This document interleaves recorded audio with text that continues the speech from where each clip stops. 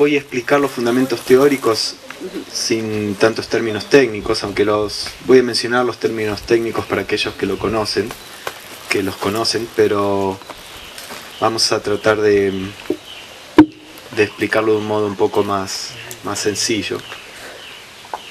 Es interesante conocer todos los términos técnicos porque es como todo. Si uno lee la filosofía de Kant, por decir algo, uno tiene que familiarizarse con cómo usa él las palabras, cómo usa él los términos.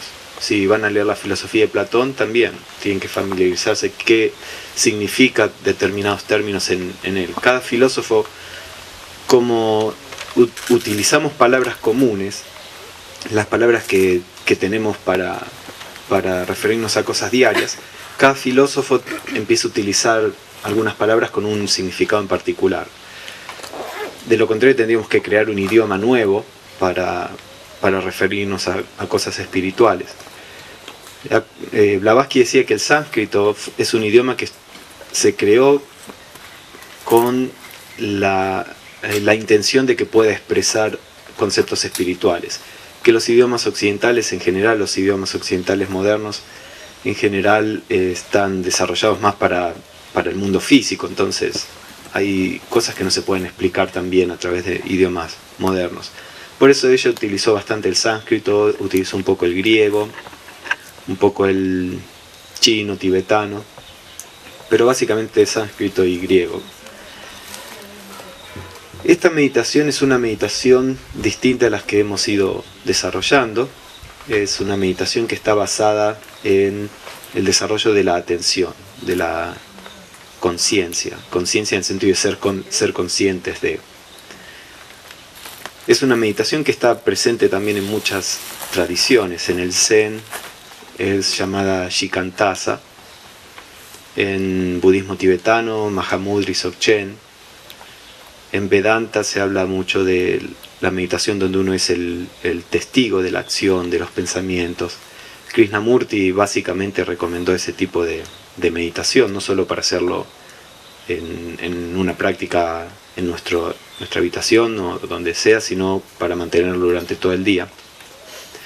Y en la literatura teosófica lo que encontramos son los fundamentos de qué es lo que sucede, por qué es importante estar en atención, por qué deberíamos estar atentos de lo que sucede dentro nuestro.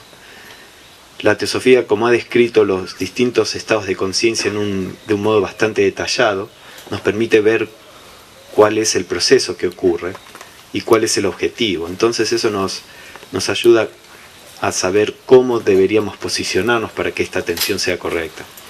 Krishnamurti siempre trataba de explicar con mucho, o hacía un gran esfuerzo para explicar qué tipo de atención es la que él se estaba refiriendo.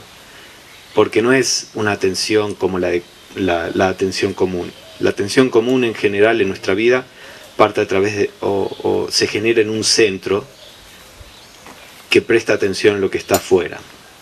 Esta atención de la que estamos hablando es una cualidad distinta, es una cualidad superior, donde es una atención sin centro en cierto sentido.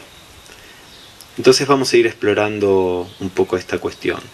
Primero, la idea es que el problema del ser humano no es que tiene que adquirir algo que no tiene. No es que nosotros debemos incorporar información, debemos incorporar virtudes, debemos incorporar cosas. Todo eso está en potencia en nosotros, en nuestro verdadero ser. El problema es que cuando la conciencia pura se encarna en un cuerpo, este cuerpo le impide expresar sus verdaderas cualidades. Tal vez es como si pensamos si nos ponemos un guante, perdemos un montón de sensibilidad. Con la mano podemos detectar distintas superficies, distintas texturas, pero cuando nos ponemos un guante, esa sensibilidad desaparece.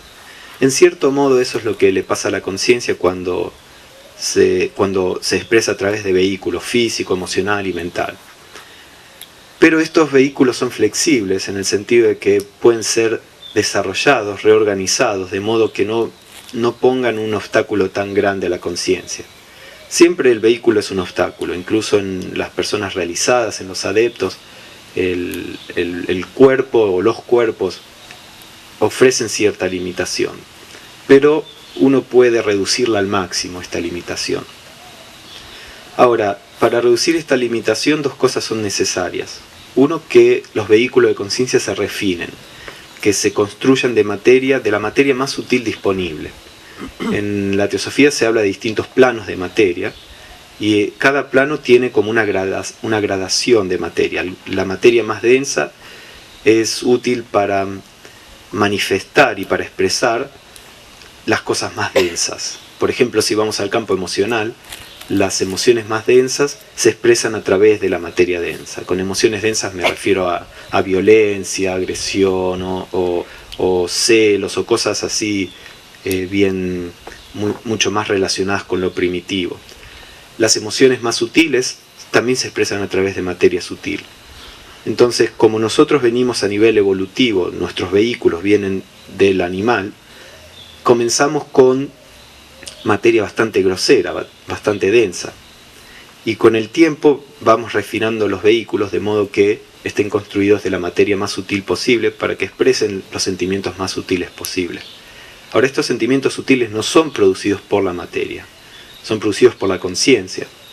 Un estado de amor no es producido en el cuerpo emocional. El cuerpo emocional simplemente tiene la capacidad de reflejar un estado de amor que viene de la conciencia superior. Entonces la conciencia superior tiene todas estas cualidades que llamamos virtudes o que relacionamos con la espiritualidad. Entonces refinar los vehículos es parte de lo que es necesario. Lo otro que es necesario, y esto no tiene tanto que ver con los vehículos sino con la conciencia en sí, es el romper la identificación de la conciencia con los vehículos. Porque lo que pasa es que cuando la conciencia encarna a través del cuerpo, como su expresión se ve tan limitada, la conciencia se olvida que en realidad está más allá del cuerpo. Entonces se identifica con el cuerpo. Esto no es muy difícil de entender. Incluso cuando vemos una película, sabemos que la película no es real, sabemos que son actores, que lo que se ve no es sangre sino salsa de tomate.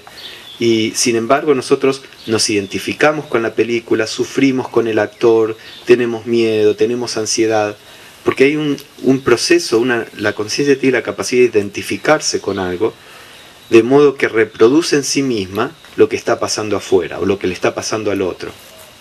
Esto es algo bueno potencialmente porque es la capacidad de sentirnos uno con todo.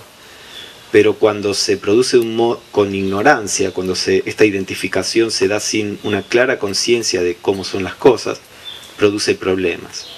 Entonces cuando la conciencia encarna en el cuerpo, se identifica con el cuerpo y con las limitaciones del cuerpo. Y se identifica con las emociones, con las reacciones emocionales, con las limitaciones de las emociones y con el pensamiento también. Entonces el otro trabajo que tenemos que hacer es aprender a romper esa identificación, aprender a redescubrir quiénes somos realmente, de modo que la conciencia pueda elevarse y pueda ser independiente de los vehículos de conciencia, independiente psicológicamente, ¿no? Siempre va a necesitar los vehículos para expresarse en ese plano. Si no tenemos cuerpo físico, seguimos existiendo, pero no podemos influenciar o mantener una relación con el plano físico. Si no tenemos una naturaleza emocional, lo mismo, seguimos existiendo como conciencia, pero no nos podemos relacionar con el plano emocional.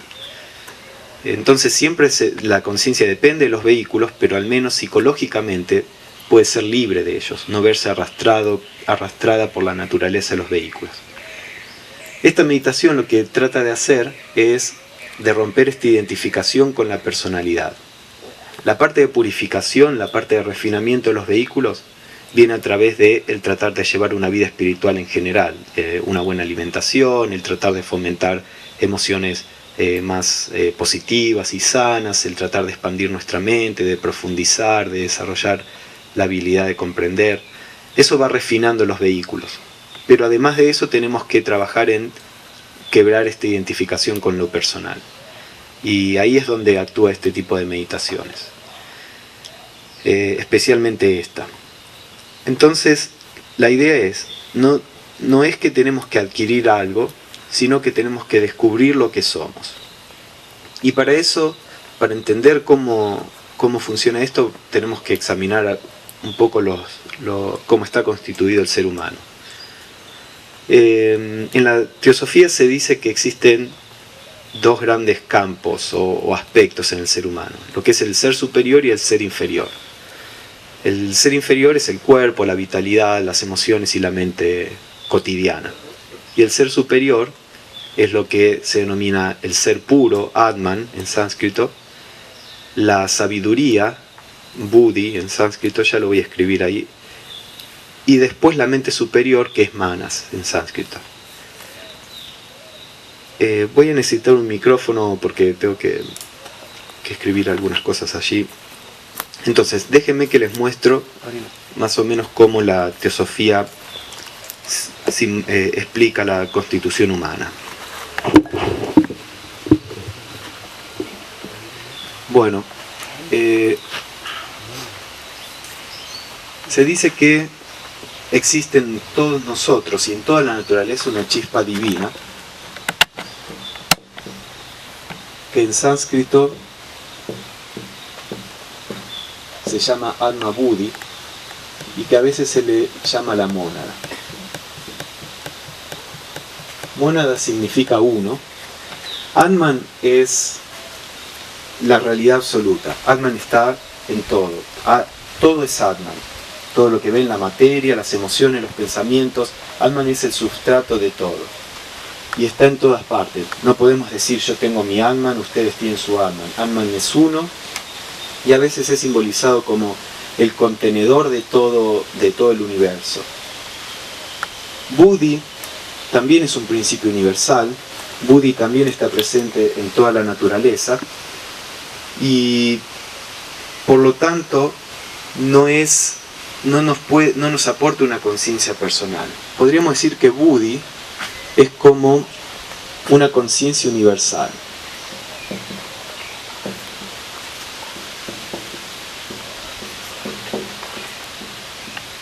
En el sentido de que todo en la naturaleza tiene conciencia. Las hormigas tienen un tipo de conciencia, las bacterias tienen un tipo de conciencia, y como decíamos, incluso los minerales tienen un tipo de conciencia, muy primitiva, no conciencia en el sentido en que nosotros la pensamos, pero todo tiene conciencia, y eso parte de Buddhi. Buddhi es el origen de la conciencia. Ahora, en el ser humano hay un elemento más, que en sánscrito se le dice manas, y a veces es traducido como la mente. La mente, manas, tiene una particularidad muy importante, que es la clave, y que es por qué un ser humano puede obtener la liberación y puede obtener la realización de la verdad y no lo puede hacer un animal. Manas es el origen de la autoconciencia.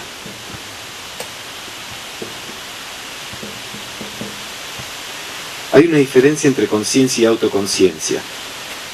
Por ejemplo, un perro es obviamente consciente, está consciente de todo lo que pasa alrededor. Ahora, no necesariamente está consciente de sí mismo como un individuo. A veces en los animales superiores se va adquiriendo cierta autoconciencia. Tal vez en vez de tomar el ejemplo de una mascota, podemos tomar el ejemplo de una hormiga. Una hormiga es consciente del medio ambiente, pero cuando vamos a la cuestión, cuando lo comparamos con el ser humano, nosotros no solo somos conscientes del medio ambiente, sino que además somos conscientes de nosotros mismos. Sabemos que somos una persona. La mayoría de los animales, si se ven en un espejo, se creen que es otro animal. No se reconocen a sí mismos como una individualidad. Eso es porque tenemos autoconciencia, porque tenemos manas. Entonces, la autoconciencia es lo que nos da el sentido de identidad. En la mayoría de los seres humanos, este sentido de identidad está identificado con los principios inferiores. Acá tenemos la mente inferior, intelectual. Tenemos las emociones.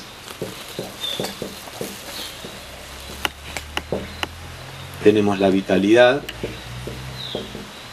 Por eso estamos vivos. Y tenemos el cuerpo físico. Todos los animales comparten estos tres principios inferiores. Los animales superiores están empezando a desarrollar una mente inferior. Ustedes pueden ver que hay cierto tipo de inteligencia que por ahí va más allá del instinto. Y todos los animales tienen alma buddhi, pero lo que sería el principio manásico es realmente adquirido cuando uno se torna un ser humano. Entonces, ¿qué pasa? En los seres humanos comunes, esta autoconciencia, que le vamos a decir sentido de identidad, de yo soy esto,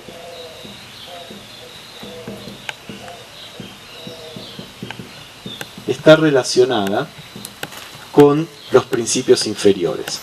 Entonces, nuestro sentido de yo soy es yo soy el cuerpo, yo soy las emociones y yo soy la mente. La mónada y la mente superior o manas es algo que para la mayoría de nosotros es simplemente una teoría. El hecho de que manas esté identificado con la personalidad hace que nosotros no nos reconozcamos como siendo algo que está más allá de la personalidad. Entonces esta meditación lo que trata de hacer es que manas, como sentido de autoconciencia, se transfiera a los principios superiores. De modo que ahora la persona se reconozca a sí mismo como siendo la mónada en vez de la personalidad. Cuando eso sucede, todos los poderes de la mónada, poderes en el sentido de poder espiritual, el amor, la compasión, la sabiduría, la alegría, la felicidad y la armonía, todos esos poderes se tornan conscientes, porque ahora nos reconocemos como eso. En este momento todos somos perfectamente sabios en potencia, pero no tenemos la capacidad de reconocer ese aspecto de nosotros que es sabiduría. Nos reconocemos a nosotros mismos como este cerebro limitado que necesita incorporar conocimientos, que necesita pensar y decidir y que no sabe qué hacer. Entonces la cuestión es que esta sabiduría que está potencial en nosotros se torna activa cuando aprendemos cómo elevar nuestro sentido de autoconciencia a los principios superiores. Y ese es el objetivo de este tipo de meditación. Entonces vamos a ver cómo podemos hacer esto. Blavatsky explica que hay distintos estados de conciencia, o como subestados de conciencia, en todos los distintos niveles. Por ejemplo, hay distintos estados emocionales, distintos estados mentales y demás. Y que uno puede ir ascendiendo a través de todos estos distintos estados. Entonces, en uno de sus escritos, ella describe los tres estados superiores de la mente, que se los voy a mostrar ahora.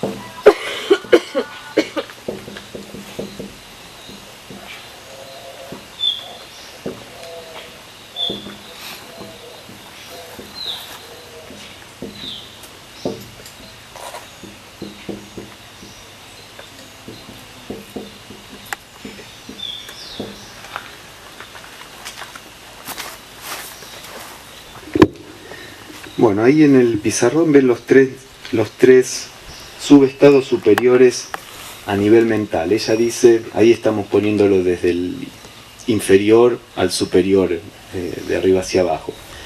Ella dice, el estado normal en el que estamos en general es ese discernimiento mental. Es el pensamiento común, donde nosotros tratamos de discernir qué hacer, de pensar cómo actuar. Ahora, podemos elevarnos en nuestro estado de conciencia a lo que ella llama percepción volitiva.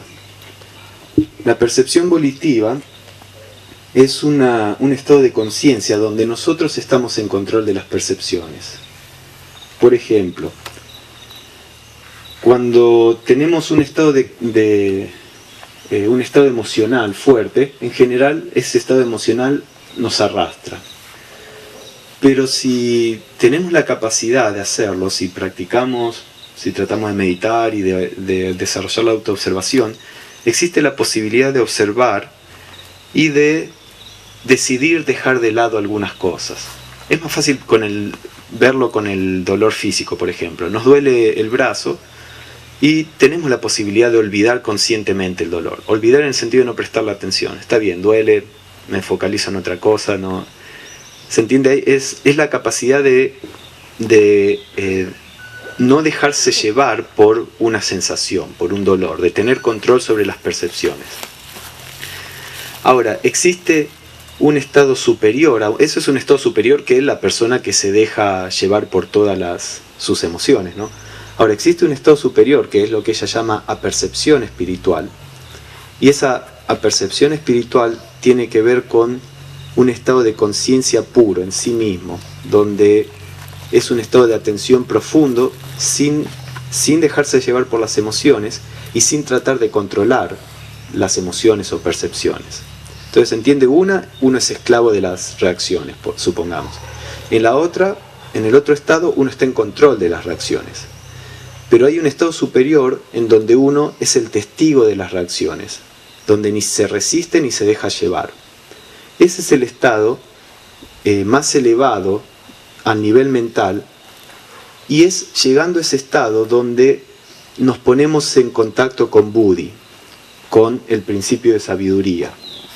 Entonces, lo que busca esta meditación es llevarnos a ese estado de apercepción espiritual que está en contacto con Buddhi. Cuando la mente se pone en contacto con Buddhi, aparece un estado iluminado de la mente por el momento que Blavatsky le llama manas taijasa. Taijasa, ahora lo voy a escribir, significa iluminado, brillante, radiante.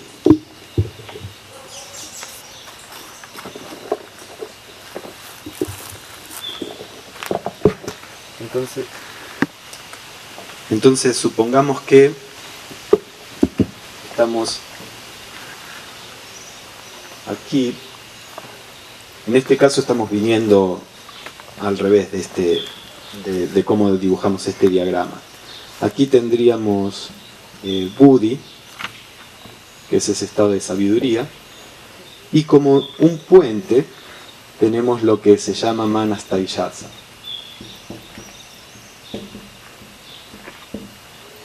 Este manas taijasa entonces es un estado donde Buddhi está iluminando manas. Ese estado es como un estado temporal de cómo funciona la mente de un ser espiritual, de una persona espiritual. Entonces eso es más o menos el fundamento de lo que estamos tratando de hacer. Ahora les voy a leer algunas citas de Blavatsky donde ella explica cómo hacer esto. Ella dice que este tipo de autoconocimiento, el conocimiento de nuestra verdadera naturaleza, no es alcanzable por lo que uno en general llama autoanálisis. El autoanálisis uno está utilizando el pensamiento. Ella dice, no es alcanzado por ningún tipo de razonamiento ni de proceso cerebral, porque es el despertar de la conciencia a la naturaleza divina del hombre. Es más una cuestión de percibir lo divino en nosotros. Entonces dice, cuando la conciencia individual se torna hacia adentro, se produce una conjunción entre manas y Buddhi. En la persona espiritual, esta conjunción es permanente, y Buddhi y manas funcionan juntos. Pero en la persona en el principiante, digamos, o en el aspirante, esta realización o esta conjunción se produce de un modo temporario, que es lo que se le llama manas taijasa. Entonces ella dice, en este acto de autoobservación, la mente se torna en el objeto de percepción de la conciencia espiritual. Es decir, ahora estamos observando nuestra mente. En general nuestra mente observa el mundo. Ahora estamos observando nuestra mente. ¿Quién observa nuestra mente? Si en realidad lo estamos haciendo del modo correcto, lo está observando Buddhi, la conciencia espiritual. Y ella dice, este buddhi, observando la mente, resulta o produce la realización última de la existencia, es decir, autoconciencia en su forma más pura. Entonces lo que vamos a hacer en esta meditación es el tratar de ascender a través de esos distintos estados para establecernos en la percepción volitiva, donde está la posibilidad de que nuestra mente sea iluminada por buddhi. Antes de pasar a una explicación más concreta de cómo lo vamos a hacer, ¿hay alguna pregunta o comentario sobre los fundamentos? Bueno. Simplemente vos pusiste 5, 6, 7. 1, 2 y 3 es intelectual, emociones, vitalidad y cuerpo. ¿Eso es así? No, ahí lo que estoy poniendo... 1, 2, 3, 4. No se corresponde. Ahora sí, ahí lo que estoy poniendo está bien la pregunta. Estos son estados de conciencia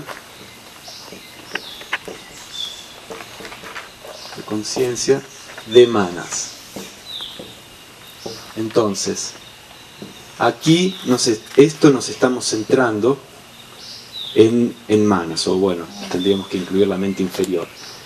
La idea es que los estados 1, 2, 3 y 4 no los describí porque tienen que ver con aspectos psicofisiológicos. Es cuando la célula percibe algo que el cerebro está diciendo o que viene de afuera, después cuando la vitalidad del cuerpo transmite esa percepción celular al cerebro. Son cosas que tienen que ver más con lo fisiológico. Los estados superiores, 5, 6 y 7, tienen que ver con el aspecto psicológico, por eso no los puse. Esto lo que estamos tratando aquí es el puente entre buddhi y manas, desde la mente inferior y superior hacia buddhi. No quiero meterme mucho en detalle porque es bastante complejo. Hay muchos detalles de los que se podrían hablar, pero eso lo va a hacer más complejo.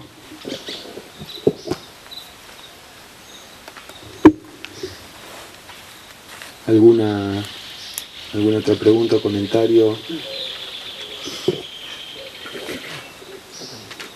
Te quería consultar respecto a la Antakarana que vos mencionaste al principio, el primer día, creo. Que justamente era un puente, ¿no? Entre lo superior y lo inferior. ¿Está relacionado con esto? Sí, el Antakarana es más un puente de la mente inferior a la superior. Manastaichasa puede considerarse como un puente de la mente superior a buddhi, en cierto sentido. Les puedo mostrar algo. Todos estos son esquemas, ¿no es cierto? Los esquemas son simplemente para producir un tipo de entendimiento intelectual. Pero si nos concentramos aquí, tenemos lo que sería el manas inferior. El manas inferior, recuerden que es nuestra mente cotidiana. La mente cotidiana, en general, está estrechamente relacionada con nuestras emociones. Todo esto está explicado en el libro, bien en detalle. Acá voy a dar solamente un resumen. Entonces, en nuestra mente cotidiana, como vos habías mencionado en una de las reuniones, es muy difícil separar pensamiento de emociones. Está constantemente juntos. Y como las emociones dependen del cuerpo, dependen de las sensaciones despiertan las emociones, el hecho de que la mente se asocie con las emociones hace que la persona se torne egoísta o autocentrada. Y se torne que la mente se esté utilizando para producir gratificación personal, para producir placer. Este estado de conciencia, en general en la teosofía, en términos técnicos, se le llama kama manas. Kama es el principio emocional de deseos. La mayoría de las personas funcionan en kama manas, en esta mente emocional, donde las emociones utilizan la mente como una herramienta de autogratificación. Entonces, tenemos una carrera, ganamos mucha plata, ¿qué hacemos? La usamos para la autogratificación, como humanidad, ¿no? comprarnos más cosas, igual que si tenemos inteligencia lo usemos para ganar dinero, si tenemos dinero lo usemos para adquirir cosas que nos hagan sentir bien, que nos den placer. Esa es la mente inferior. Ahora, es la mente inferior que está identificada con el cuerpo y que cree que eso es la vida y que eso es lo que uno viene a hacer, a sentirse bien. Ahora, cuando la mente inferior empieza a madurar a través de las encarnaciones, empieza a descubrir que el tener autos más grandes o más autos o más casas no nos trae la felicidad. Y empieza a sentir la influencia de la naturaleza superior y a ser atraída hacia la naturaleza superior. Entonces tenemos lo que llamamos manas superior, que en realidad en manas inferior, este es el mismo principio, pero el manas superior es el manas que está en su pureza, que está como en los planos internos, y en cada encarnación manas envía un rayo de sí mismo, que es lo que se va a transformar en manas inferior. Cuando manas inferior empieza a aspirar hacia lo superior, tenemos lo que se llama Antakarana. Antakarana significa, o es traducido como el puente de lo inferior a lo superior. Y es formado por la aspiración espiritual de la mente inferior. Ahora, el mana superior también puede aspirar comienza a aspirar a Buddhi. Y cuando Buddhi ilumina el mana superior, tenemos lo que se llama manas taijasa.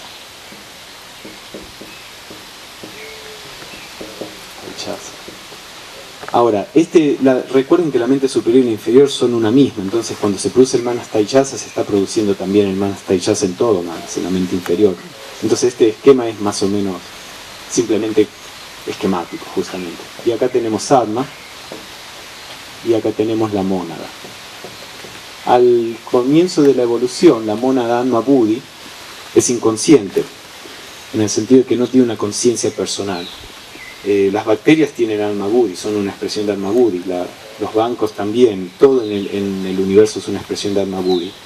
En el hombre, a medida que manas inferior asciende hacia mana superior, y mana superior también, tratando de ascender hacia Buddhi, es iluminado por Buddhi, al final de la evolución, mana superior se une a la mónada, y la mónada ahora no es solamente Atma Buddhi, sino Atma Buddhi Manas, y entonces tenemos una persona realizada, donde la persona es consciente de Atma Buddhi, es decir, la persona es consciente del ser universal y de la sabiduría divina. En este caso, en este momento, el asiento de nuestra autoconciencia está básicamente en manas inferior, entonces somos conscientes de emociones, vitalidad, el cuerpo, y a medida que la transferimos a lo superior, empezamos a ser conscientes de nuestro aspecto espiritual.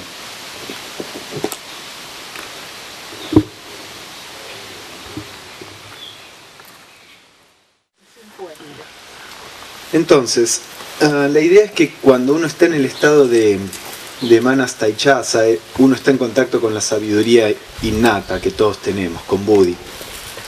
Para que manas taijasa se produzca, se tiene que pasar la fusión o la unión entre la autoconciencia y esta sabiduría innata. Ahora, como vimos, Blavatsky explicaba que esto no puede ser logrado por medio de ningún proceso cerebral. Entonces, uno no puede producir esta unión de la autoconciencia con la sabiduría a través del pensamiento, porque el pensamiento es parte de la mente inferior. Y este estado de apercepción espiritual, que es el estado más elevado al nivel mental, está más allá del pensamiento, como veíamos. Entonces, la unión de Buddhi y Manas, o de la autoconciencia y la sabiduría, se da de un modo sin esfuerzo, como decía Krishnamurti. Sin esfuerzo significa que se produce sin un accionar voluntario, pero solo cuando las condiciones están dadas. Recuerdan que decíamos, están estos tres estados o niveles de conciencia. La conciencia de pensamiento normal, donde uno decide, donde uno es llevado por las reacciones. Después la conciencia en donde existe un control sobre las reacciones, y después la percepción espiritual, donde no hay ningún tipo de control o de manipulación de lo inferior. Entonces, como tenemos que llegar a este estado, cuando empezamos a trabajar con esta meditación, no tenemos que caer en la tentación de tratar de controlar lo que vemos. Como decía Blavatsky, esta conjunción se produce cuando empezamos a observar nuestra mente, cuando tornamos la atención hacia adentro. Entonces lo que vamos a hacer en la meditación es mirar los procesos psicológicos sin tratar de modificarlos, sin tratar de manipularlos. Si aparece un pensamiento negativo, lo notamos. No nos dejamos llevar por el pensamiento y tampoco lo tratamos de controlar. Tal vez al comienzo, si queremos ir ascendiendo gradualmente, uno puede comenzar tratando de acallar la mente, con un proceso de concentración. Cuando estamos tratando de manipular nuestra mente, como decíamos, estamos en la sexta escala de la conciencia. Pero cuando queremos pasar a la séptima escala de la conciencia, como le llama Blavatsky, la percepción espiritual, tenemos que soltar toda manipulación, todo razonamiento, toda visualización. Esto es más o menos, está muy cerquita del estado de contemplación que hemos visto en todas las otras meditaciones. Entonces la idea es, vamos a observar nuestra mente sin ningún tipo de manipulación de lo que aparece ahí. Puede aparecer un recuerdo, lo observamos. Puede distraerse la mente porque escucha un sonido y el pensamiento se va hacia el sonido, observamos el pensamiento yéndose al sonido. No lo traemos de nuevo a ningún foco. En esta meditación no estamos concentrando la mente en nada en particular. Lo que tratamos de hacer es mantenernos en este estado de observador, de testigo. Entonces observamos los pensamientos y los estímulos que llegan a través de nuestro cuerpo, como observamos las nubes pasar por el cielo, o como vemos las hojas moviéndose. Vemos que las hojas se mueven y no estamos tratando de frenar las hojas o decir, no, se tendría que mover de otro modo. Reconocemos que las hojas son algo independiente de nosotros y por lo tanto las dejamos que se muevan. Las miramos, no nos identificamos con eso. Del mismo modo con los pensamientos, porque nosotros no somos el pensador. Nosotros somos esta conciencia, esta percepción espiritual, esta conciencia que observa todo.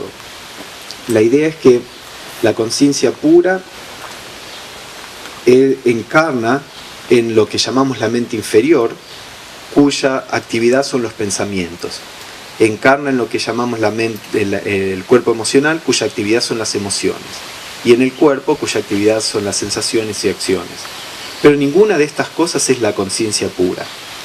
Entonces, como estamos tratando de identificarnos con lo que somos esencialmente, tenemos que soltar la identificación con cuerpo, emociones y pensamientos. El problema no son los pensamientos en sí. En muchas técnicas de meditación uno trata de acallar la mente para producir cierto efecto. Pero en esta meditación, los pensamientos no son malos ni buenos.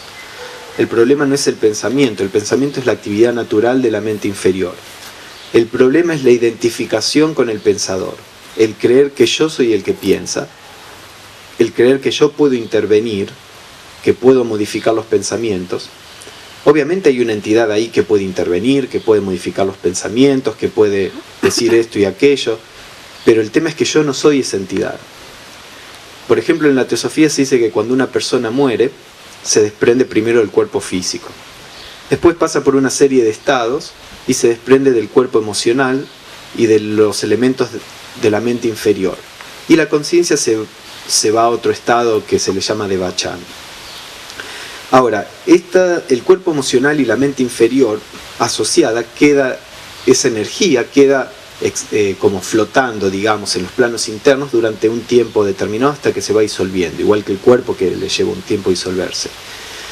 Si durante este tiempo, esto que se le llama el cascarón muchas veces, como el cascarón de la persona o la parte externa de la conciencia, si durante este tiempo el cascarón se pone en comunicación con un medium, por ejemplo, con un espiritista, y este cascarón se pone en contacto con la vitalidad del espiritista, tiene todas las facultades de pensamiento que tenía durante la vida. Entonces, si por ejemplo, después que muero, un espiritista se pusiera en contacto con mi cascarón, podría estar hablando y va a hablar de las cosas que me gustan en la vida, va a razonar, va a conversar, va a hablar de esto, de lo otro, de las experiencias del pasado, todo exactamente igual que si la conciencia estuviera ahí.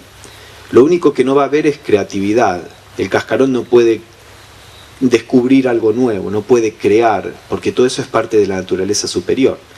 Pero lo que esto nos muestra es que todo el pensador, todo el proceso de razonar, pensar, comunicarse, es algo que no pertenece a la conciencia verdadera, es algo que pertenece a los principios inferiores.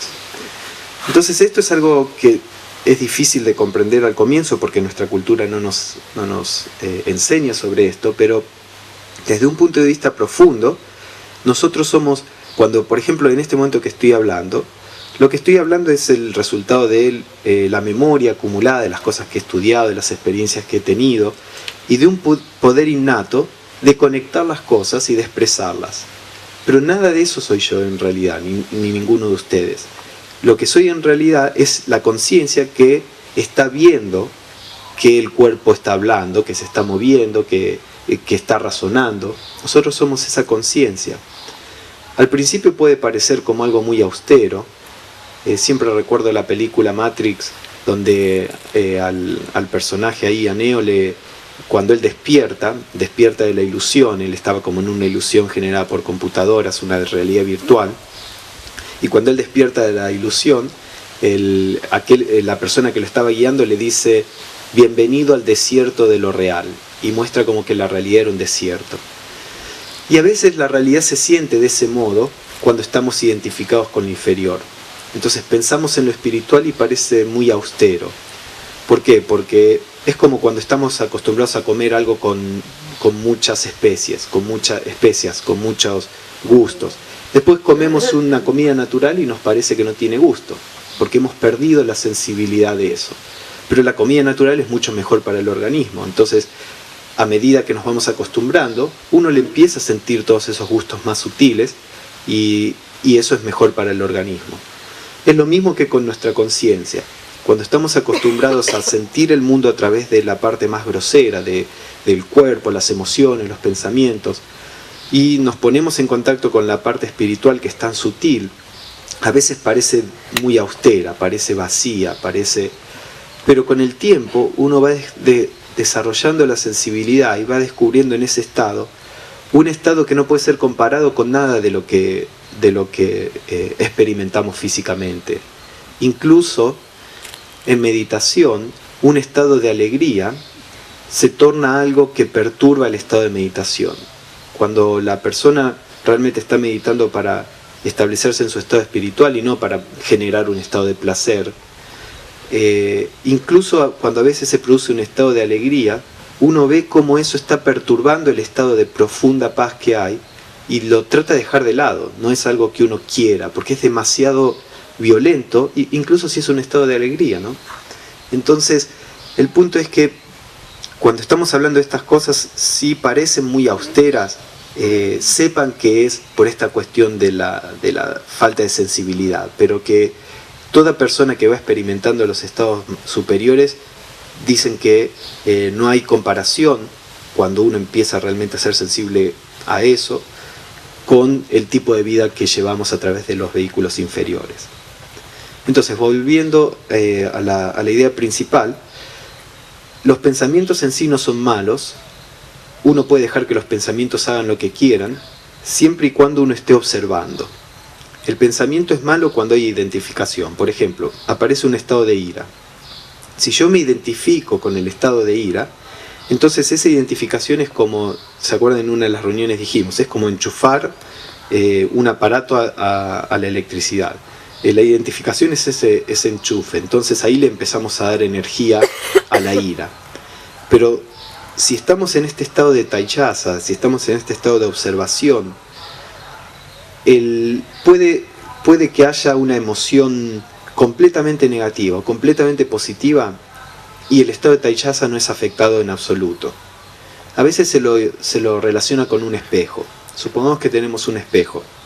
El espejo puede reflejar un monstruo, o puede reflejar un crimen, o puede reflejar un santo, o un acto de amor.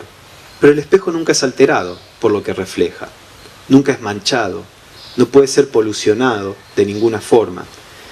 Nuestra conciencia pura original es como ese espejo. No importa qué esté reflejando, qué estado esté reflejando, por más que haya el peor de los estados, cuando nuestra conciencia está en su estado original, es independiente de eso. A veces se da otro ejemplo en otras tradiciones, es como una jarra. La jarra puede tener vino, puede tener agua, puede tener jugo, lo que sea. El espacio de la jarra, no las paredes de la jarra, el espacio de la jarra no se ve afectado en absoluto por cualquier cosa que la jarra tenga. Tiramos el contenido y el espacio va a permanecer completamente inalterado. Entonces, sabiendo que nuestra conciencia original no puede ser tocada por absolutamente nada, cuando estamos en este estado de conciencia original, no tiene importancia lo que aparezca en la mente, no genera karma, no produce negatividades. Ahora, si estamos identificados, sí, cuando estamos identificados con el pensador y hay un sentimiento negativo, uno no tiene que identificarse con ese y dejarse llevar a la acción, porque entonces ahí bajamos a la quinta escala de la conciencia que decía Blavatsky. Entonces, una opción es el tratar de controlarlo, entonces ahí estamos en la sexta escala de conciencia. Pero una persona espiritual debería aspirar a ir más allá, a poder elevarse a la séptima escala de la conciencia, donde puede observar todo con ecuanimidad. Entonces, esta meditación Taichasa es un entrenamiento para poder observar todo lo que sucede sin identificarse y sin tener que controlarlo. Ahora, para que se produzca el estado de Taichasa, nuestra actitud tiene que estar a tono con las características de Buddhi. Por ejemplo, Buddhi es explicado como un estado de amor.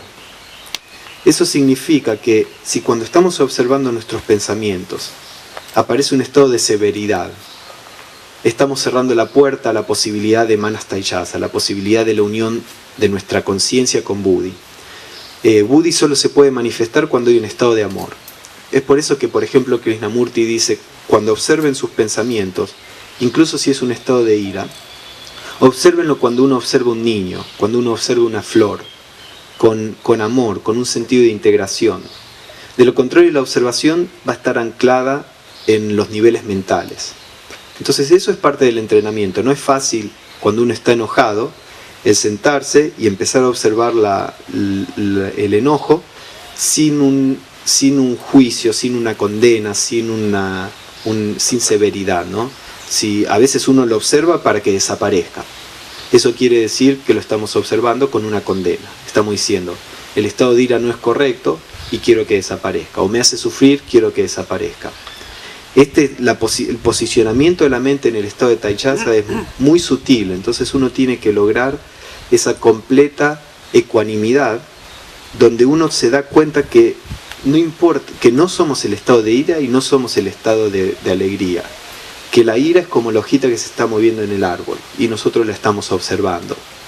Que nosotros somos como el espejo, porque el estado de ira en la literatura teosófica se explica que es una reacción de la conciencia elemental que forma nuestros cuerpos. Por ejemplo, estamos haciendo la digestión. Nosotros no nos creemos que somos nosotros los que hacemos la digestión. Sí, es nuestro cuerpo, pero no nos creemos que nosotros estamos activamente haciendo la digestión, porque nuestra conciencia en esta etapa de evolución ya se ha desidentificado del cuerpo en cierta medida. Pero cuando hay una emoción, nos creemos que nosotros somos los que estamos generando esa emoción en cierto sentido. No podemos ver la emoción como un proceso automático de nuestro cuerpo emocional. Pero la emoción es un proceso automático de nuestro cuerpo emocional, como el latir del corazón, como la digestión, como cualquier otro proceso físico. Entonces uno tiene que, con todas las otras meditaciones, uno va descubriendo, produciendo esta desidentificación. entonces uno va adquiriendo la capacidad de mirar las emociones y los pensamientos sin identificarse con ellos. Entonces, una de las condiciones es que uno tiene que mirar con amor. Otra de las condiciones es que uno tiene que mirar sin el estado de dualidad, sin pensar que yo que miro soy distinto de lo que estoy mirando. Porque el yo que está mirando, que se siente distinto, es también parte de la mente. Cuando la observación se produce desde Buddhi, se produce, si desaparece el que mira y el que es mirado, y solo hay un estado de observación, sin la sensación de que yo estoy ahí mirando. Solo hay un estado de conciencia de lo que está pasando. A veces pasa inconscientemente, cuando miramos la televisión y estamos completamente identificados con eso, perdemos conciencia de nosotros mismos, estamos como metidos en la percepción. Eso es un reflejo inferior de lo que tenemos que lograr en meditación. En meditación tenemos que lograr esa observación donde se corta la dualidad, porque Buddhi es una conciencia unitiva. La dualidad empieza en la mente. Por arriba de Buddhi, Atma y Buddhi son unitivos. Entonces, si Manas va a ser iluminado por Buddhi en este Manas Taichasa, uno tiene que mirar sin la dualidad.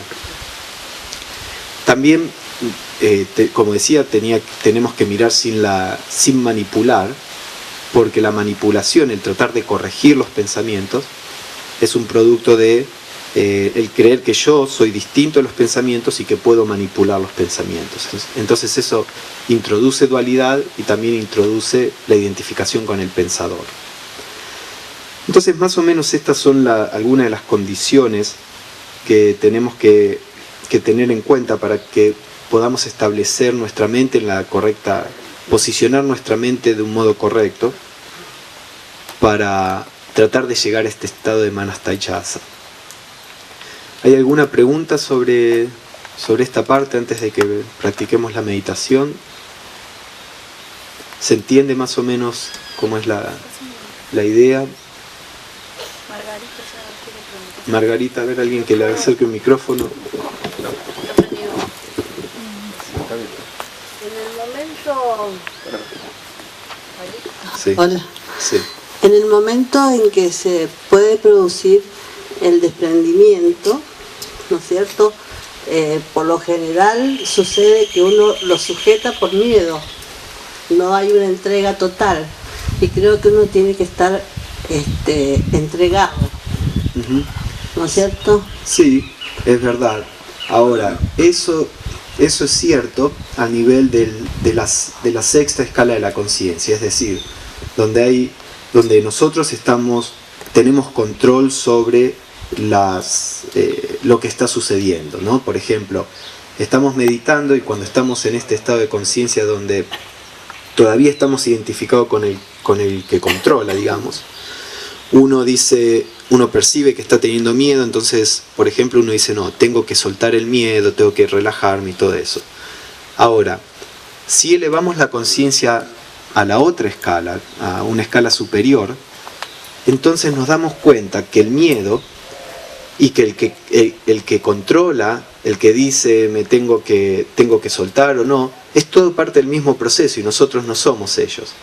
Entonces la idea es que para tratar de estimular este estado de apercepción espiritual, como le decía Blavatsky, si uno ve el miedo, observa el miedo, la mente va a decir, hay miedo, entonces no estoy dejando soltar. Uno observa la mente diciendo eso y deja que la mente haga lo que quiera. Uno simplemente observa, porque si cuando aparece la reacción mental que dice, hay miedo, tengo que soltar, nos identificamos con eso y creemos que nosotros somos el que está diciendo eso y empezamos a tratar de trabajar sobre el miedo, entonces bajamos a la sexta escala, ¿no? Bajamos a donde estamos tratando de controlar las cosas. Entonces, este estado de observación que es muy sutil y requiere mucha práctica, y poco a poco uno lo va logrando hacer porque estamos tan identificados con el controlador, con la entidad psicológica que está siempre tratando de manipular, que es muy difícil. Uno va a ver que una y otra vez se olvida de que uno es simplemente el testigo y se cree que uno es el pensador. Va a haber un pensador ahí, pero no somos el pensador. Es como, por ejemplo, en Egipto, el ojo de Horus, que que existen por ahí los colgantitos y todo. ¿Por qué la conciencia espiritual es simbolizada como un ojo? No es simbolizada como manos, no es simbolizada como piernas, porque la conciencia solo ve, solo observa. La conciencia nunca actúa en el sentido en que nosotros consideramos el actuar. Como decía Krishnamurti, el ver es actuar, en el sentido de que cuando existe esta observación pura, profunda, eso produce un orden, eso es acción. Pero en el sentido en que nosotros lo interpretamos, la conciencia es un ojo, no es una mano. Entonces, recuerden, cuando están observando esto, que si hay cualquier tipo de acción que haya, no es la conciencia pura, es el pensador. A veces ese estado puede producirse por una emoción, no porque uno lo haya buscado mediante la meditación. Una vez yo estaba en una reunión de una radio en la cual participaba, y era una reunión de fin de año. Entonces llamaban e invitaban a cada uno de los que teníamos programa a contar su experiencia. Yo generalmente siempre llevo preparado más o menos cuando armo un programa lo que voy a decir, por lo menos un diagrama o un resumen, una guía. De golpe me dan el micrófono y me dice, contá tu experiencia. Y yo dije, ¿qué voy a decir? Me hicieron pasar al frente. Como yo no había llevado nada preparado, dije, ¿yo qué hago ahora? Dios mío, digo, ¿de qué voy a hablar? Y de golpe me vi enfrente mío y me vi todo el tiempo hablando y contando toda la experiencia, pero me di cuenta que yo había estado mirando a esa que hablaba. Eso fue una cosa muy extraña y bueno, aprovecho esta situación para contarla porque nunca la conté porque fue algo muy raro. Sí. Es lo mismo que lo que venimos hablando. Todas estas experiencias se pueden producir de un modo involuntario. La espiritualidad, lo que la espiritualidad es esencialmente, es el poder producir esto de un modo consciente. ¿Por qué? Todas estas experiencias se producen porque los principios superiores están en nosotros. No es que tenemos que crear algo. Entonces, cuando pasa algo, en el budismo zen y en el budismo tibetano muchas veces se habla del shock. Cuando hay un shock, la mente se paraliza y ahí puede que la conciencia espiritual aparezca y que tenga cierto efecto. Entonces ustedes ven que muchas veces las historias zen están relacionadas con el pegarle al discípulo. Algo que el discípulo, por ejemplo, no espera. Está hablando con el maestro y el maestro de golpe le pega con un palo en la cabeza. Y ese shock que se produce en el ambiente adecuado, con una persona que él respeta altamente, y si el maestro budista tiene percepción, lo hace en el momento justo, ese shock frena la mente para que haya una percepción más profunda. Esta situación de shock que vos estabas diciendo, cuando uno está por tener un accidente, o hay muchas razones por las cuales la mente cerebral puede frenarse y la conciencia superior puede aparecer. Está este caso muy famoso de una doctora que tuvo una parálisis cerebral del hemisferio izquierdo y de golpe es una mística y entonces ella se percibe una con todo. Por supuesto que eso es así, porque la experiencia mística es nuestro verdadero ser. Entonces, si por medio de drogas o de una enfermedad o de alcohol o de girar como giran los derviches o de un shock interrumpimos la mente cerebral, vamos a tener una experiencia mística, porque eso es parte nuestro. El problema es que cuando eso pasa por un estímulo externo, no es que es un accidente, no hemos aprendido nada, después no lo podemos reproducir. Entonces, lo que es importante no es la experiencia en sí, desde un punto de vista evolutivo, sino el aprender cómo hacerlo voluntariamente. Entonces, estas experiencias son todas muy interesantes para mostrarnos, existe algo distinto, ¿no? Eso te abre los ojos, te dice, sí, hay algo distinto. Ahora, ¿por qué las drogas no son útiles desde un punto de vista espiritual? Bueno, primero porque van destruyendo el cerebro, entonces eventualmente el cerebro nos sirve como vehículo de conciencia, pero después porque es algo externo, no nos sirve de nada, es como si una persona no sabe cómo caminar. Y viene alguien y le pone unos aparatos que lo hacen caminar. Sí, bárbaro, tiene la experiencia de caminar, pero le saca los aparatos y la persona no sabe caminar todavía. Entonces, toda la espiritualidad es justamente eso, el tratar de aprender cómo producir volitivamente esos estados que muchas veces aparecen por distintas circunstancias. Y entonces, cuando alguien me está insultando, yo puedo ponerme en ese estado de conciencia para no reaccionar, por ejemplo. Ahora, si pasa como algo que necesito afuera, no tengo ningún tipo de control sobre eso. Sí, a mí me gustaría que se aclare un poco más esta cuestión de hasta qué nivel puede acceder, hasta qué nivel de conciencia puede acceder una persona con el consumo de drogas. Porque yo tengo entendido que no se pasa más allá del astral o de algún nivel más elevado del astral, y que una persona espiritualmente elevada alcanza niveles mucho más altos. Sí, por supuesto, porque lo que uno hace es paralizar la mente física, la mente cerebral, y la conciencia se eleva al próximo plano, que el próximo plano del físico es el astral. Después tendría que tomar una droga astral, digamos, si quiere pasar al mental por esos medios, y no creo que haya una droga astral. Pero el punto es que la conciencia, cuando uno... Toda la disciplina del yoga se basa en paralizar los vehículos inferiores, así la conciencia se eleva al superior. Por ejemplo, como hablábamos en una de las reuniones, si uno deja... la conciencia se puede expresar solo si hay un vehículo activo.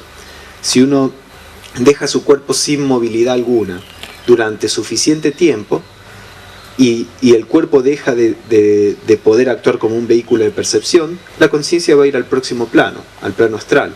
Después, en el plano astral uno tiene que hacer lo mismo. Si uno puede dejar su cuerpo astral o emocional en completa calma, sin ningún tipo de emoción, la conciencia se va a ir al plano mental. Entonces, todo el proceso del yoga es el de paralizar los vehículos inferiores, así la conciencia naturalmente se va retirando hacia adentro.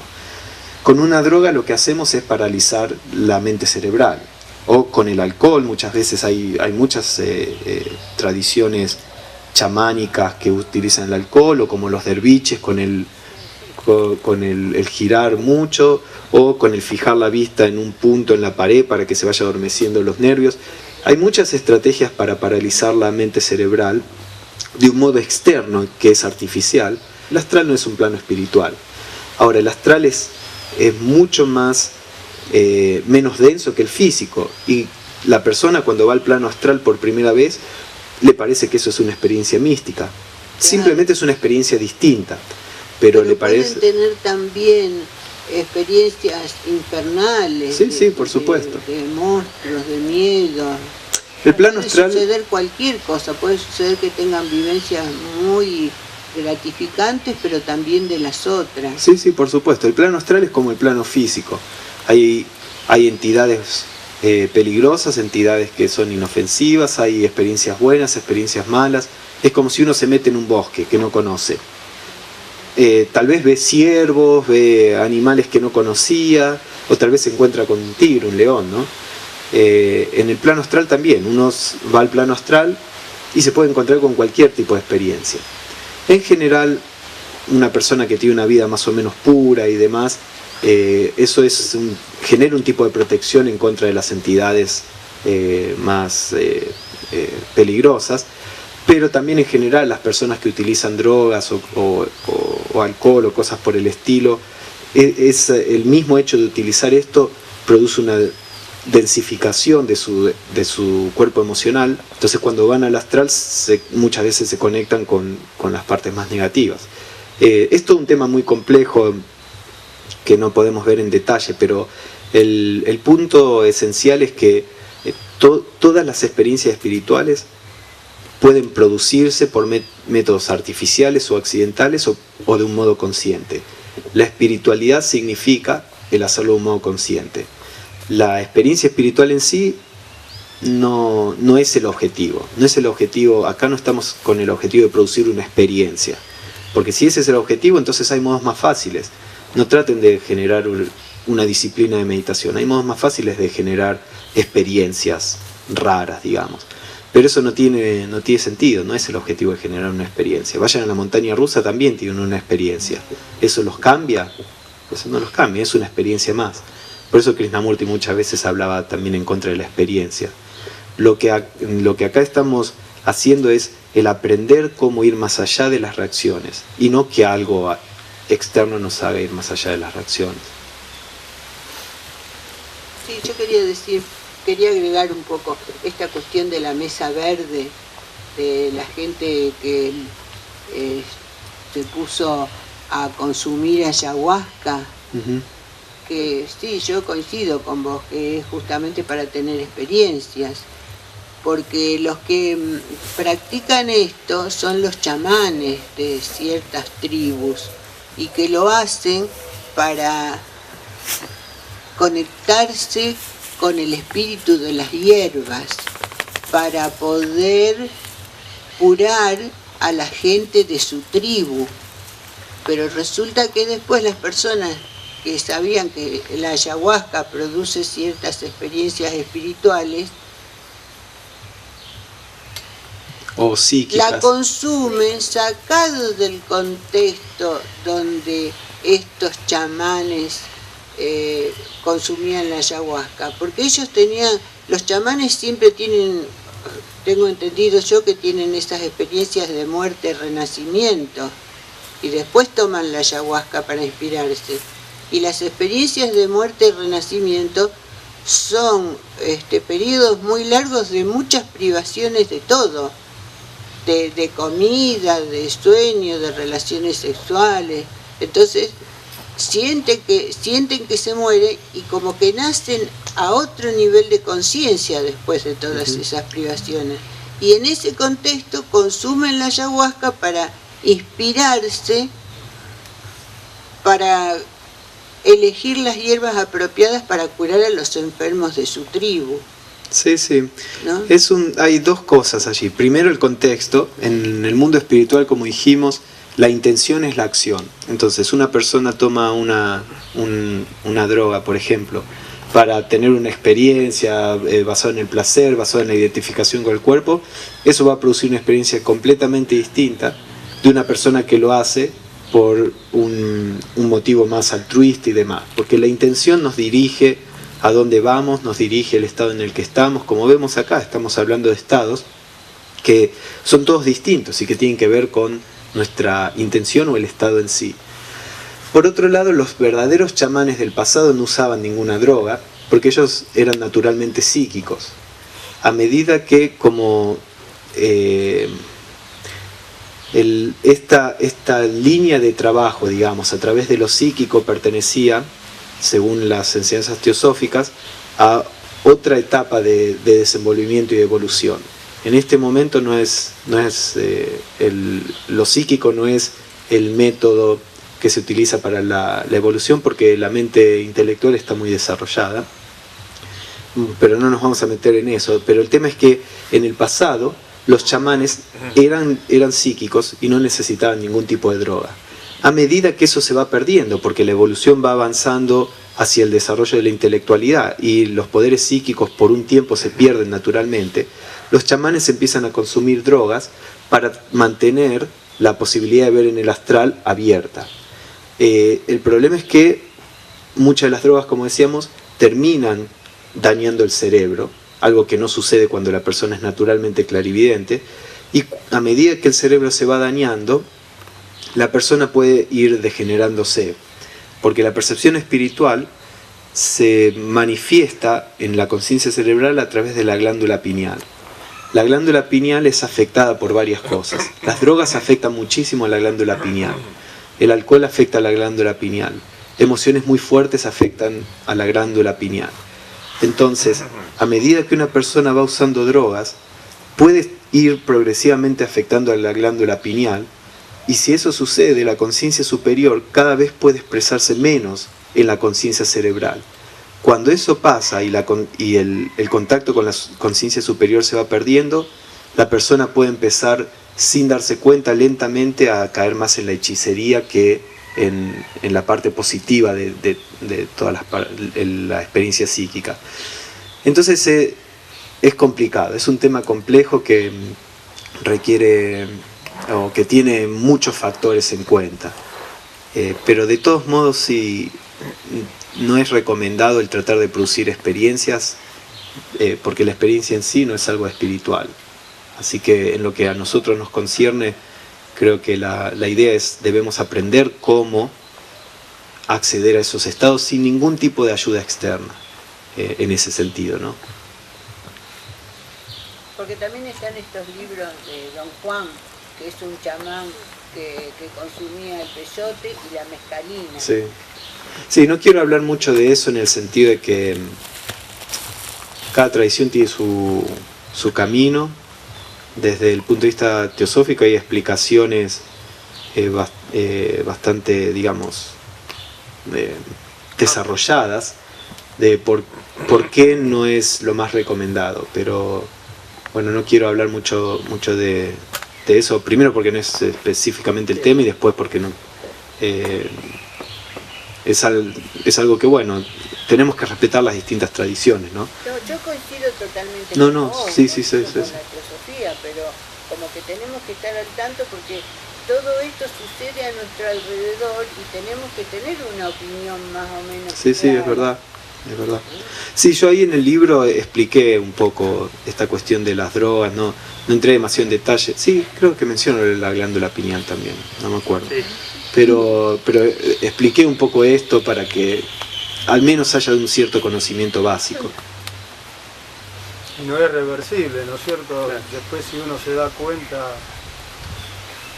a través, por ejemplo, de la meditación, ya las células... La verdad no lo sé, yo creo que la pregunta es si esto es reversible, o si las células quedan destruidas. En el pasado la ciencia creía que el cerebro no se podía regenerar, simplemente porque ellos no lo podían reproducir en el laboratorio y tampoco uno puede detectar si las neuronas se están reproduciendo. A medida que las técnicas avanzaron, vieron que pueden reproducir neuronas en el laboratorio, por lo tanto, ahora se acepta que las neuronas pueden reproducirse. No sé cómo será el funcionamiento. Nosotros conocemos a nivel científico muy poquito del conocimiento del funcionamiento de la glándula pineal y de la glándula pituitaria o hipófisis. Conocemos el efecto físico, no conocemos la función espiritual y psíquica de estas glándulas. Entonces la verdad no sé si tiene un poder de regeneración o no. Y probablemente depende, a veces tal vez se llega a cierto extremo donde ya no hay vuelta atrás, y a veces tal vez no, tal vez todo eso se puede revertir. Me parece que el problema es que se va perdiendo el discernimiento, ¿no? O sea, la capacidad de conectarse con la verdadera naturaleza. Entonces como que falta la voluntad también para revertir todo eso, que la voluntad también viene de esa naturaleza espiritual, ¿no? Para Justamente. revertirlo, o sea, se necesita más energía que la que se tiene actualmente. O sea, y si esa energía no tiene un canal como para llegar... Justamente, ese es todo el problema, que toda la verdadera voluntad, que no es deseo, la inspiración, verdadera inspiración, la verdadera creatividad, todo eso viene de la verdadera comprensión, sabiduría, viene de los principios superiores.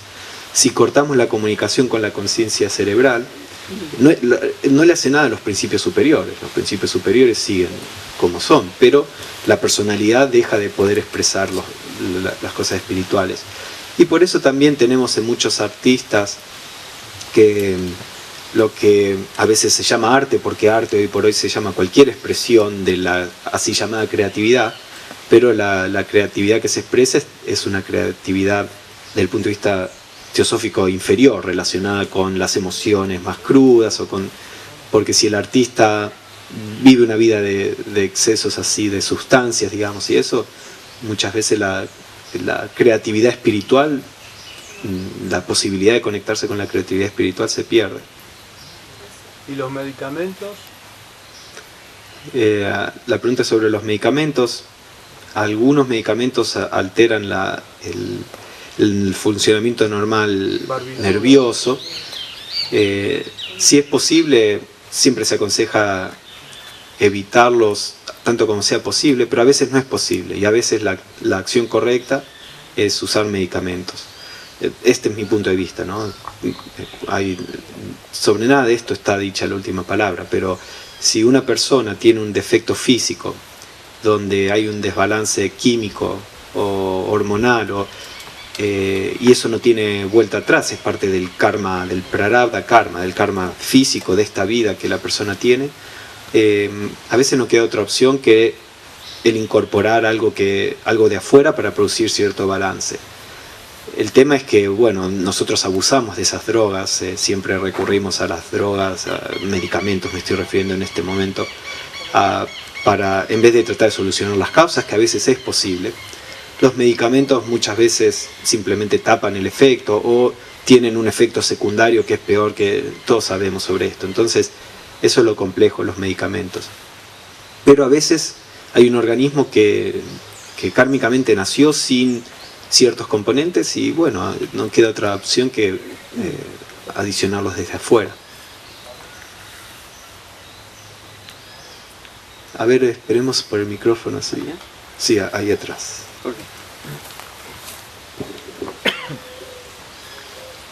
¿Sería beneficioso el estímulo de la glándula pineal? Bueno, la glándula pineal es estimulada con todos estos ejercicios espirituales y eso es lo que tenemos que hacer. Tenemos que ir estimulando la glándula pineal y estimulándola espiritualmente, y eso es una de las principales cosas que la meditación hace.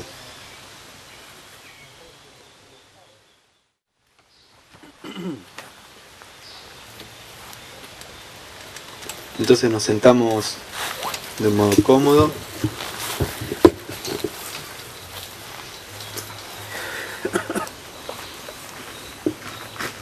Traten de ver que la postura esté firme y relajada.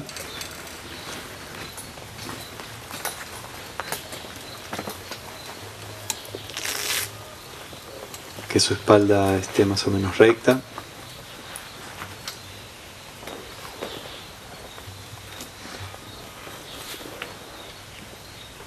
Dejen que su respiración se vaya haciendo más lenta.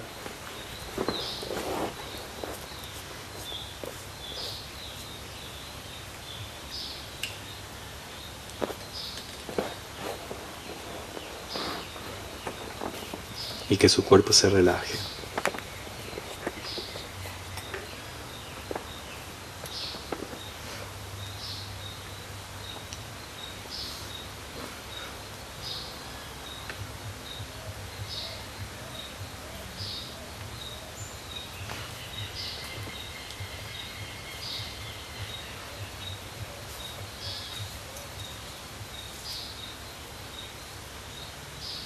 Empecemos por observar las sensaciones corporales. Presten atención al cuero cabelludo y observen qué sensaciones hay allí.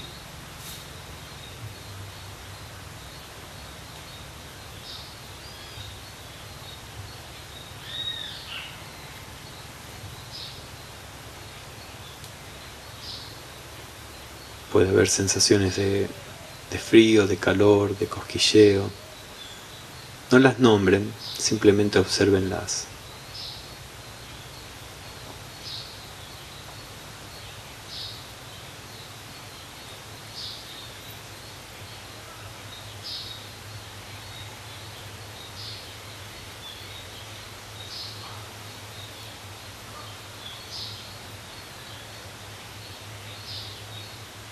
Observen ahora, presten atención a su rostro y observen las sensaciones, sin nombrarlas.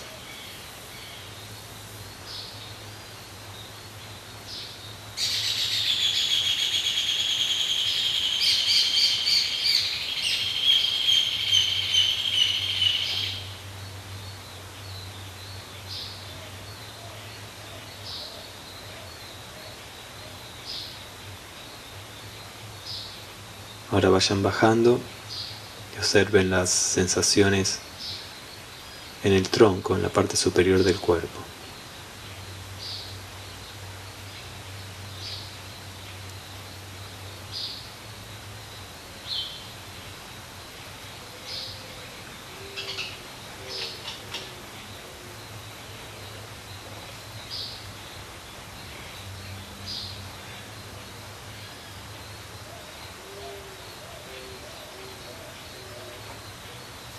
Mientras están observando si aparecen pensamientos, sonidos de afuera, simplemente nótenlos y déjenlos seguir.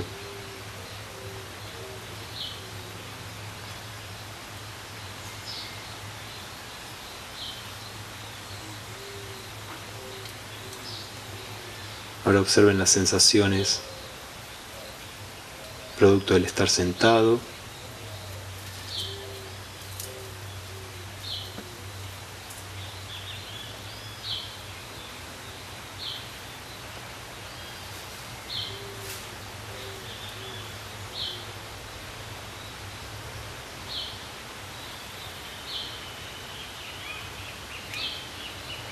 Observen las sensaciones en sus muslos y piernas.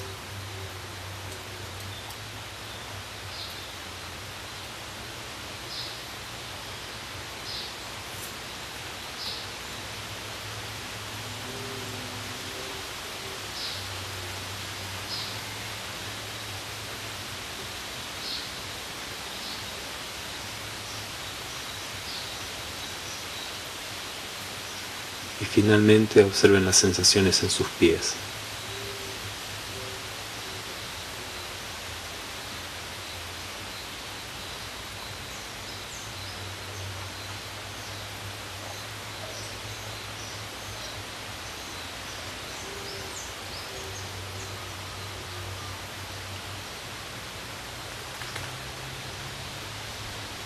Ahora, sin perder conciencia del cuerpo, empiecen a observar los estímulos de afuera, sin nombrarlos.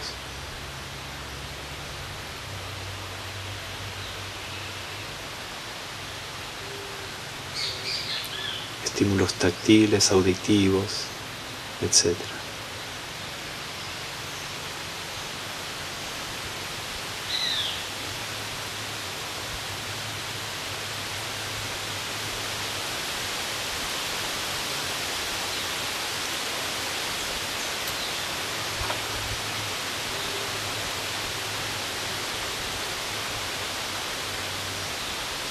Pero retengan la conciencia del cuerpo, no se focalicen en un estímulo. Sientan que están sentados al mismo tiempo que sienten el viento.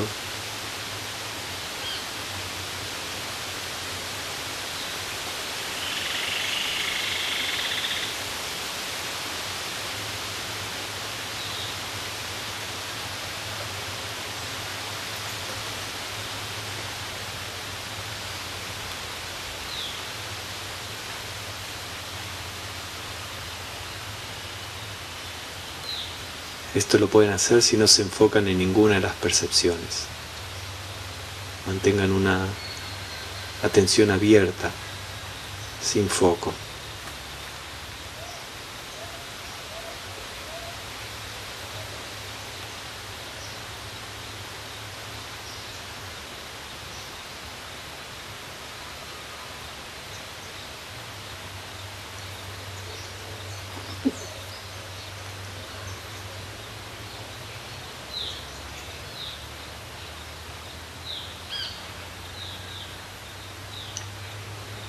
Ahora también comiencen a ser conscientes de sus pensamientos y emociones. Observen qué pasa por su mente.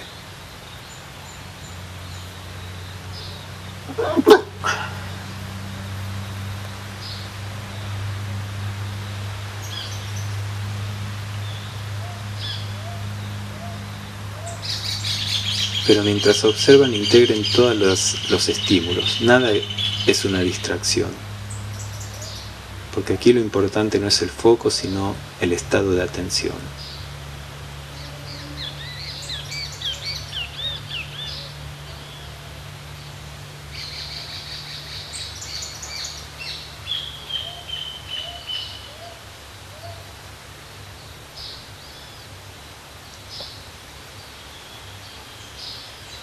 Dejen que los pensamientos aparezcan, se desarrollen, desaparezcan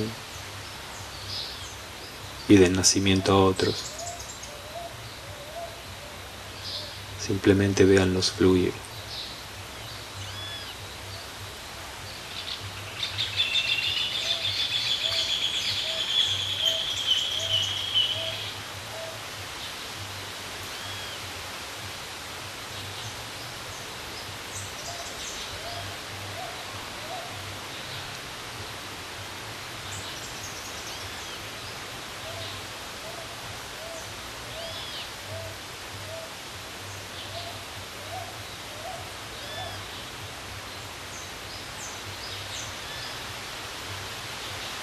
Abran su percepción, su atención para englobar todo estímulo.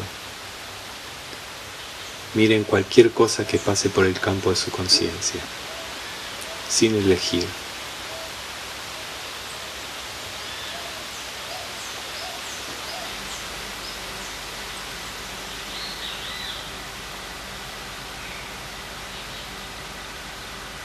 Pensamientos,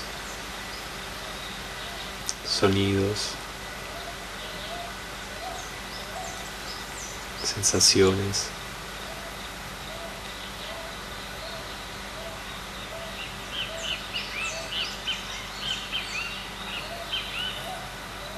Ustedes son el testigo de cualquier cosa que pasa, simplemente el testigo.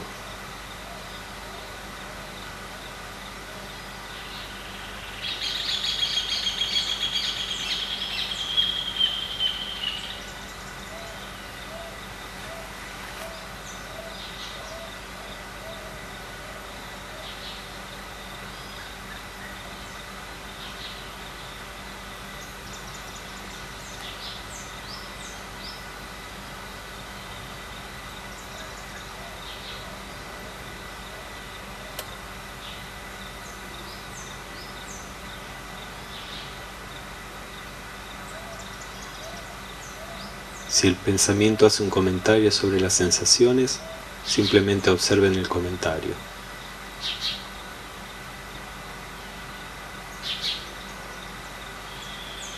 Si el pensamiento se distrae, observen la distracción. No traten de traer el pensamiento a ningún lado.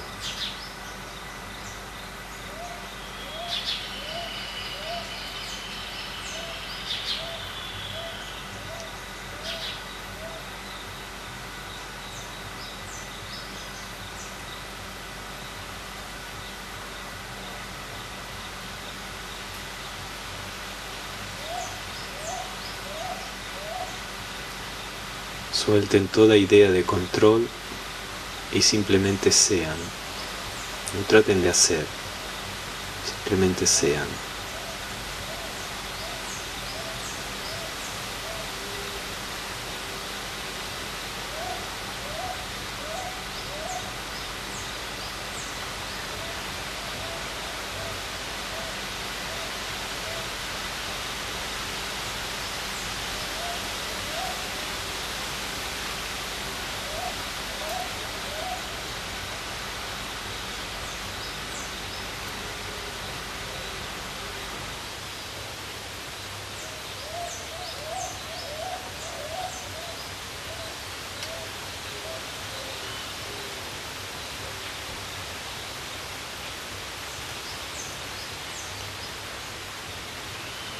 Si ven que se identificaron con el pensamiento, nótenlo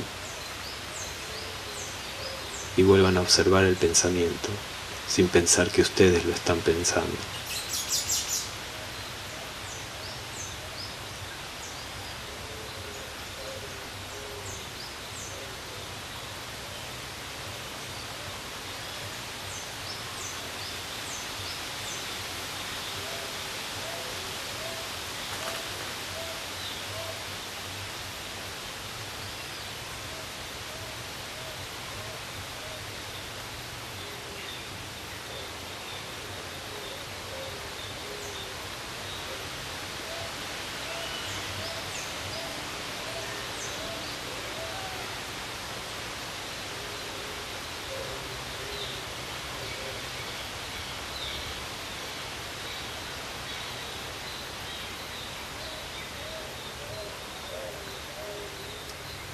Chequeen a ver si están percibiendo todo alrededor sin focalizarse. Pensamientos, sensaciones, sonidos, emociones.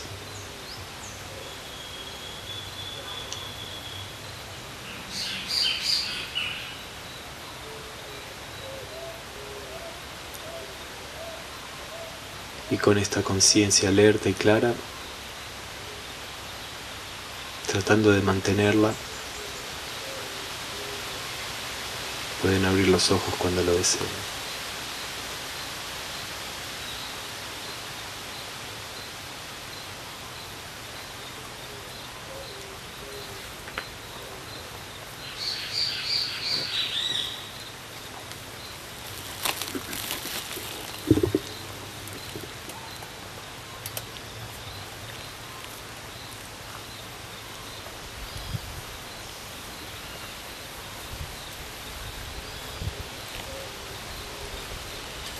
¿Algún comentario o pregunta?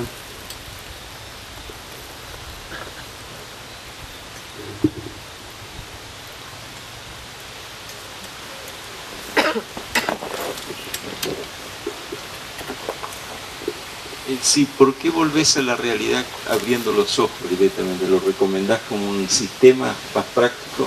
En esta meditación.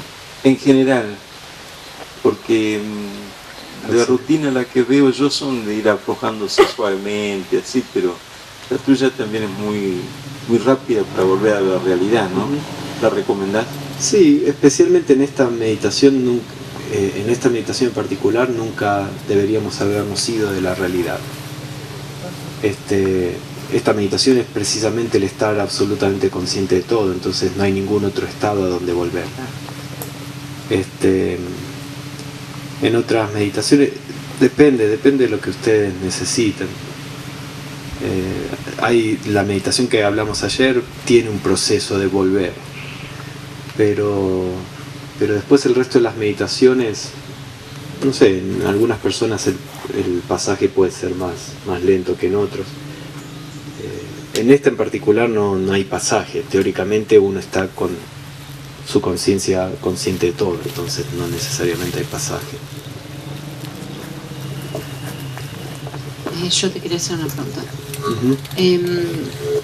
Lo que vos mencionaste sobre el amor, la actitud de amor que es necesario tener para realizar esta experiencia, esta técnica. Por ahí surgen pensamientos que uno, a medida que los va observando, se da cuenta que son pensamientos que no están teñidos de amor. Y en ese momento uno hace la reversión a la actitud de amor. Se me planteaba la duda si es en ese momento que uno lo tiene que hacer o ir haciendo un trabajo previo de predisponerse a que todo lo que surja esté teñido de amor, porque si no en ese momento es como que baja, o sea, la atención se pierde en transformar la actitud de un pensamiento negativo que surge, naturalmente un recuerdo, lo que sea, una actividad de la mente, hacia esa actitud de amor.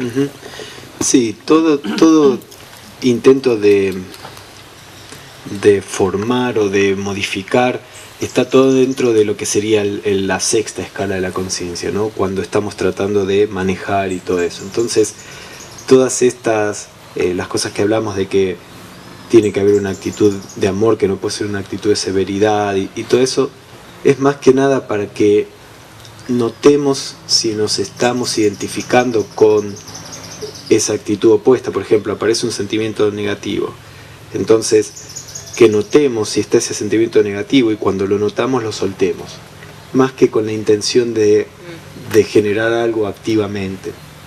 Entonces el uso de la palabra tiene que ser con amor y eso es más simbólico, a modo de ejemplo. Podríamos decir simplemente, no puede haber severidad. Si hay severidad, obsérvenla y suéltenla. Por ahí la severidad sigue estando ahí, pero si uno la está observando, entonces está más allá. En general, en la meditación uno va ascendiendo. Al principio uno observa y más groseramente o más sutil uno manipula las cosas. Pero con el proceso de meditación, naturalmente uno se va poniendo en ese estado donde hay una observación neutra y donde no hay ningún tipo de manipulación. Creo que está bien si al comienzo de la meditación uno trata de corregirla. Especialmente al principio es como que uno tiene que aprender cómo posicionar la mente. Entonces uno dice, no, estoy haciendo mucho esto, no, estoy reaccionando así. Entonces hay un proceso de tratar de posicionar la mente. Mientras eso dure no se está en la apercepción espiritual. Pero muchas veces es necesario pasar por eso para que después se pueda soltar y uno se ponga en la percepción.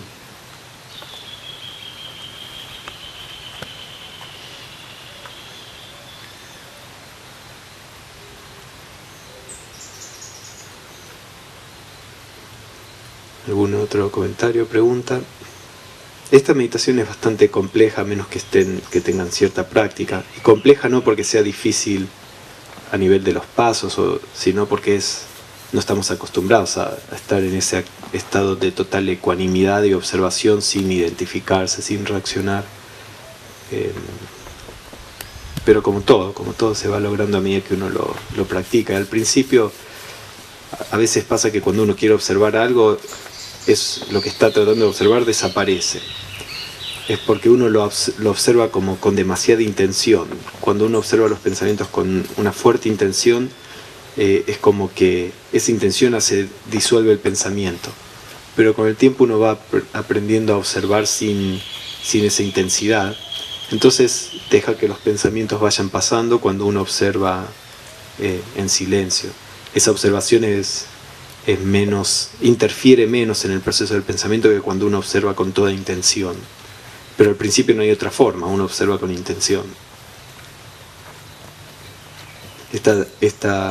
La posición es más una de abrirse completamente, de ser como el espacio en donde todo tiene lugar y uno abarca todo, sin elegir, sin modificar, sin nada.